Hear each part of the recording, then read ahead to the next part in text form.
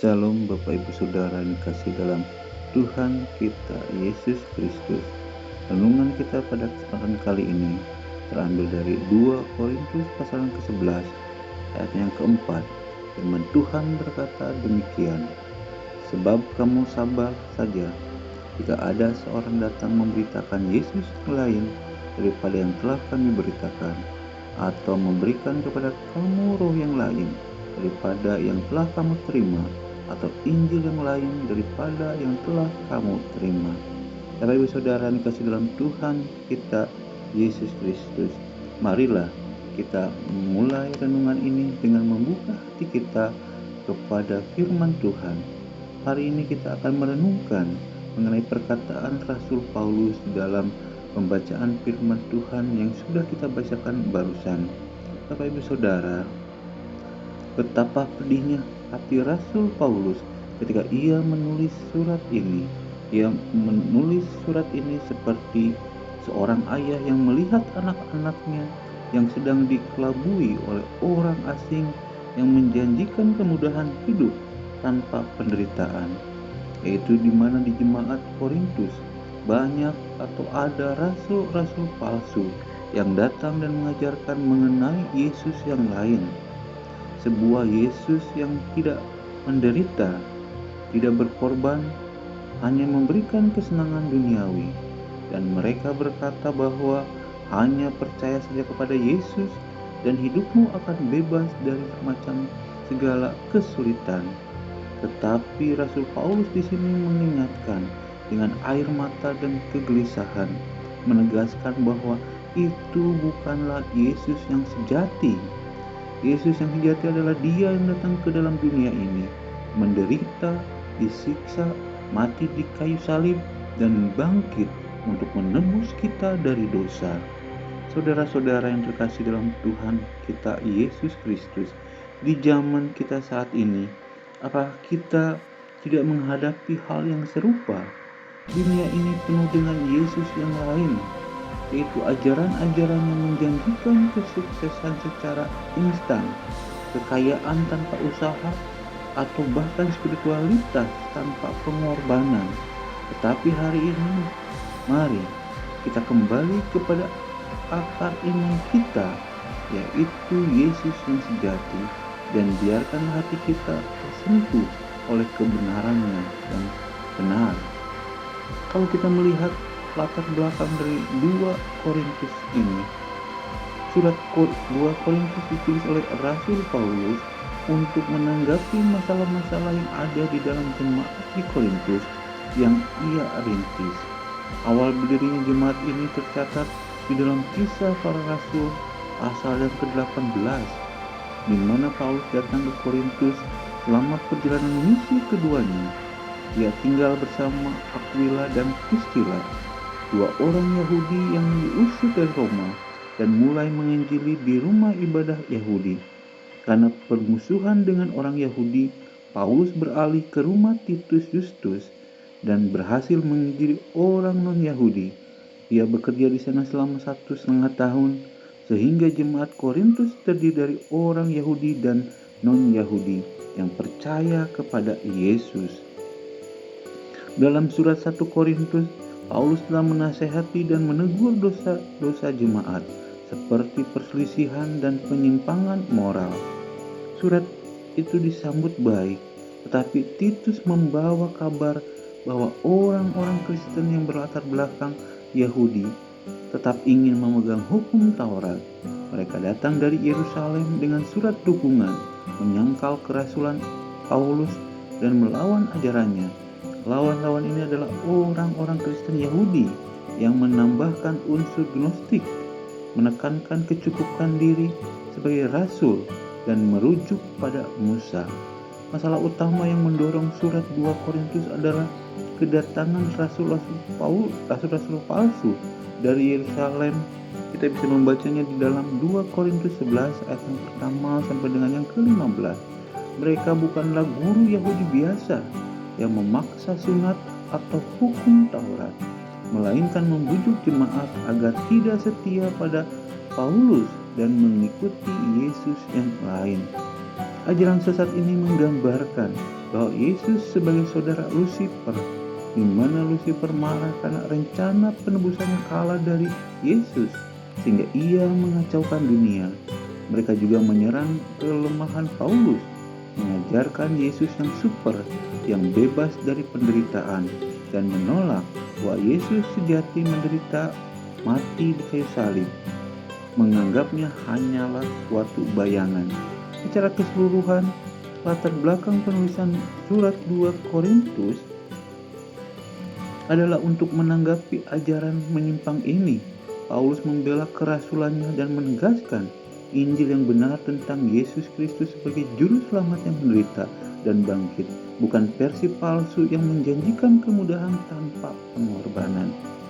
Bapak Ibu Saudara, mari kita pahami konteks ayat ini, di mana jemaat Korintus sedang diguncang oleh ajaran sesat. Rasul-rasul palsu datang dari luar, mengaku diutus oleh Allah dan menggoyangkan iman mereka.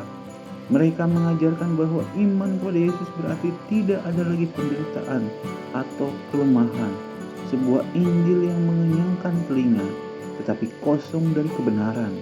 Paulus dengan penuh kasih dan ketegasan mengingatkan mereka bahwa keselamatan bukanlah hasil usaha manusia, melainkan anugerah Allah semata. Allah sendiri yang memanggil kita, bukan kita yang mencari Dia. Yesus yang Paulus beritakan adalah juru selamat yang datang ke dunia, menembus dosa kita melalui penderitaannya, melalui kematiannya di atas kayu salib, dan kebangkitannya pada hari yang ketiga. Sekarang Bapak Ibu Saudara, mari kita merenungkan mengenai doktrin Kristus yang mendasar, bahwa Yesus bukanlah manusia biasa. Ia adalah Allah yang menjadi manusia. Dalam satu pribadi, Ia sepenuhnya Allah dan sepenuhnya manusia tanpa dosa, kekal, maha hadir, maha tahu, maha kuasa, dan tidak berubah. Seperti yang dibuatkan di dalam Yesaya pasal yang ke-9 ayat yang ke-5 sampai dengan ke-6. Ia adalah penasihat ajaib, Allah yang maha kuasa, Bapa yang kekal. Dalam perjanjian baru, Ia disebut Logos, yaitu firman Allah, anak manusia, pengantara dan Mesias. Ia adalah Alfa dan Omega, yang ada sejak awal dahulu kala. Saudara-saudara, betapa dalamnya kasih Allah ini. Allah Tritunggal, yaitu Bapa, Anak, dan Roh Kudus, bekerja bersama untuk keselamatan kita. Roh Kudus menyadarkan kita, mengubah hati kita, dan membimbing kita memahami firman. Tanpa Roh Kudus, kita tidak bisa mengerti kebenaran ini. Tapi ketika kita menerima Yesus, kita menerima hidup yang kekal, bukanlah sebuah janji kosong dunia ini. Lalu apa artinya ini bagi kita hari ini? Kita harus membela iman kita terhadap Yesus yang lain. Di era digital ini, banyak suara yang meragukan keilahian Kristus dengan mengatakan Ia hanyalah guru yang bijak atau hanya manusia biasa. Tapi bukti-bukti Alkitab dengan jelas, yaitu nubuat-nubuat perjanjian lama, telah terpenuhi di dalam Yesus. Kelahirannya yang ajaib, mujizat-mujizatnya, pengajarannya yang tak tertandingi, dan kematian serta kebangkitannya yang mengalahkan maut. Ajaran Yesus lebih tinggi daripada Musa atau nabi manapun, tanpa keraguan, tanpa koreksi. Hal ini juga dipertegas oleh John Stott yang mengatakan bahwa Yesus adalah fokus Alkitab. Ia adalah Allah yang datang ke dunia. Saudara-saudara, jangan biarkan keraguan menyerang hati kita. Jika dunia menawarkan Yesus yang lain, yang mudah dan tanpa pengorbanan, ingatlah bahwa iman sejati melibatkan salib. Kita dipanggil untuk menderita bersama Kristus, seperti yang Ia lakukan untuk kita. Ini tentang pembinaan gereja kita. Sebagai warga gereja, kita harus saling menjaga. Rasul Paulus menuliskan surat ini karena ia peduli terhadap jemaatnya. Oleh karena itu, mari kita lakukan hal yang sama, membagikan kebenaran, mendoakan satu sama lain, dan mempertahankan doktrin Kristus yang murni. Jangan kita dengan mudah menerima ajaran yang menyimpang. Sebaliknya, kita harus memegang teguh Injil yang telah diberikan kepada kita. Bapak Ibu Saudara yang kasih dalam Tuhan kita Yesus Kristus, ada penulis terkenal yaitu Charles Spurgeon. Dia merupakan tokoh daripada gereja masa kini. Dia merupakan seorang pendeta dan pengkhotbah terkenal. Pernah berkata di dalam salah satu khotbahnya tentang rasul-rasul palsu. Dia mengatakan bahwa ada banyak Yesus yang dipromosikan di dunia ini. Yesus yang lembut dan yang manis, yang tidak pernah menuntut pengorbanan. Yesus yang kaya dan sukses, yang menjanjikan kekayaan tanpa kerja keras. Tetapi Yesus yang sejati adalah Dia yang berkata, barang siapa mau mengikut aku, ia harus menyangkal diri, memikul salibnya dan mengikut aku. Seperti dalam Matius 16 ayat 24 katakan, jangan biarkan penipu-penipu itu menawarkan versi Kristus yang palsu, karena mereka seperti serigala berbulu domba yang datang untuk mencuri domba-domba Tuhan. Saudara-saudara, seperti yang diingatkan oleh Spurgeon, rasul-rasul palsu di Korintus menawarkan Yesus yang lain, sebuah Kristus tanpa penderitaan, tanpa salib, hanya janji kemudahan duniawi. Mereka menyerang Paulus dan menggoyang iman jemaat, mengajarkan bahwa iman berarti bebas dari segala kesulitan. Tetapi Paulus yang api Roh Kudus menegaskan, itu bukan Yesus sejati. Yesus sejati adalah juru selamat yang menderita, mati, dan bangkit untuk menebus kita. Di zaman kita sekarang, penipu itu masih sangat banyak berkeliaran. Ajaran sesat yang menjanjikan kesuksesan tanpa pengorbanan. Mari kita pegang teguh Kristus yang sejati. Mari kita berdoa. Tuhan Yesus, terima kasih atas pengorbanan-Mu. Lindungilah kami dari ajaran sesat. Kuatkan iman kami, dan biarlah Roh Kudus memimpin kami.